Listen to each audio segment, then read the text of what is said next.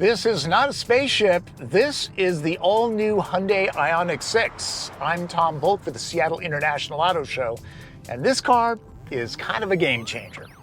The 6 isn't just an Ioniq 5 with bionic dolphin design. It has some new tech under its swoopy skin. I'm in Phoenix, Arizona for the press launch. There's quite a price spread when it comes to the Ioniq 6. Go with the base model, rear-wheel drive with the standard range pack, which is 53 kilowatt hours, and the sticker price is $42,700. This happens to be a top trim limited model, the long range pack, which is 77.4 kilowatt hours, and dual motor all-wheel drive. This one goes for $57,400. Not a bad deal when you consider a lot of people think this looks like $1 million. Maybe two. The 6 does not qualify for federal tax credits. Check with your state. In person, it's a striking piece of future retro sculpture with echoes of the original Mercedes CLS. This touch of Porsche 911 Turbo adds functional aerodynamics. The coefficient of drag is as low as 0.22, among the best in the biz. There are active grille shutters up front. Look past the curves, swoops, and arcs, and there are hundreds, if not thousands, of squares that Hyundai calls pixels, and from different angles, they morph shape. The 4 here telegraph different functions when switching modes and when going from drive to reverse. They can indicate state of charge, too, and 4 dots represents the letter H in Morse code. Ioniq 6 rides on the same E-GMP platform as Ioniq 5, Kia EV6, and Genesis GV60. New refinements extend range. The SE with the big battery is E.P.A. rated at 361 miles. The pack has 7% higher density, there are more efficient motors, and the inverter adds 5% efficiency. The $3,500 all-wheel drive system can fully disengage the front motor. The all-wheel drive Limited that I'm driving makes 320 horsepower and 446 pound-feet of torque to move this 4,600-pound vehicle. Ioniq 5 owners will recognize the graphics, which are configurable. No head-up display, though. Dang. The single-speed transmission is controlled here, freeing up space on the console. The Limited has adjustable performance tones. Drive modes are easy to select. They clearly change the car's dynamics, by the way. Recuperation drag can be reduced here and increased here. I like the charge port near the driver's door. That's personal preference. Electric Vehicle 101. The rear drive single motor version will get you more range. This dual motor will give you more power, but still, 270 miles of rated range? That is not bad. The 6 silently rushes to 60 miles an hour in under 5 seconds, easy. If you want to go faster, maybe there'll be an Ioniq 6N. Hyundai hasn't said anything, but that's just gotta happen. And Hyundai's sister brand Kia has the EV6 GT, so you gotta figure some of the work has been done already. As it stands, this is no slouch, a good balance of athletics and luxury. This is kind of fun to chuck into a corner, low center of gravity with the batteries in the floor and all. The Ioniq 6 has its suspension calibrated a little bit more for sport. The Ioniq 5, if you remember, is really tuned more for comfort.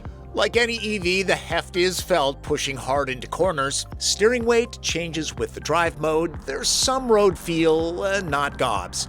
With a rated range of 270 miles, or as high as 361 with rear-wheel drive, the 6 could be a travel machine.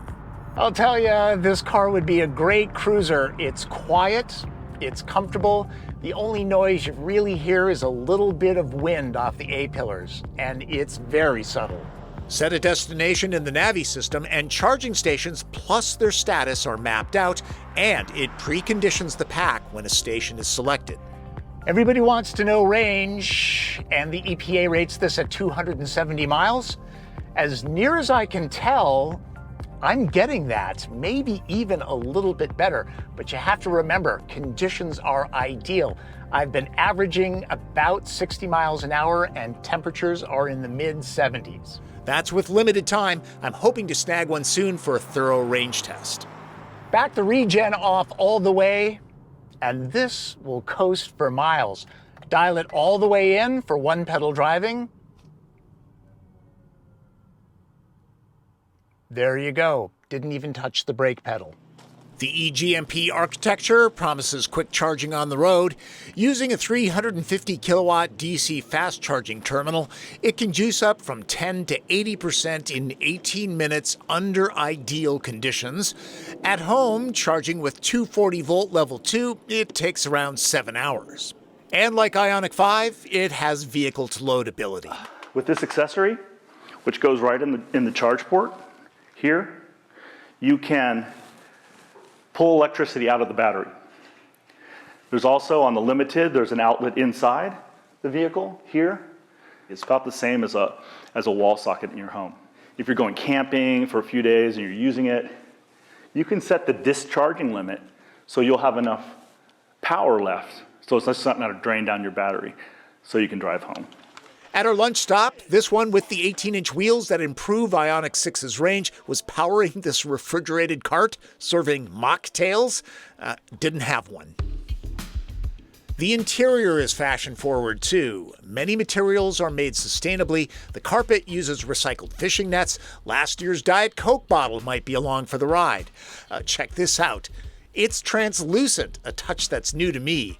Window and lock controls are here.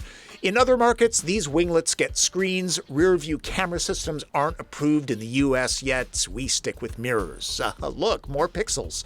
No buttons on the doors. Effectively, this ridge is one long grab handle. And there's LED lighting at the bottom of it. In the daylight, it's not all that noticeable, but in the evening, it's a show that impresses. Choose your hue. Different colors can be assigned to different zones. In other words, it can be as tasteful or as gaudy as you like. All but the base model seats are covered in H-Tex, the synthetic stuff. Limited's chairs are not overly adjustable, but they're comfy, heated, and vented. The wheel is leather and heated.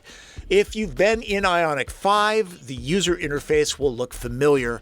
There are some upgrades, like the charger routing with battery preconditioning, and Ioniq 6 is the first E-GMP car to get full over-the-air update ability. I'm 5'9" and have just enough headroom. Knee, leg, and foot room are generous. 3 average adults will be good to go back here. The reason why people choose SUVs over sedans? Oh, practicality. There's less space here, and the sloping rear means Ioniq 6 is left with 11.2 cubic feet of space, or 4 carry-on suitcases. But at least that can be expanded if you're buying this for style. Good to see Hyundai go bold with design here. It's as close to the Prophecy concept car as a production vehicle can get, considering governmental requirements and regulations for safety. If you don't need the practicality of an SUV crossover, the Ioniq 6 is a quick, comfortable, and efficient way to make a fashion statement. With limited supply, check with your local Hyundai dealership to see if they have one to check out. It's a stunning piece of sculpture.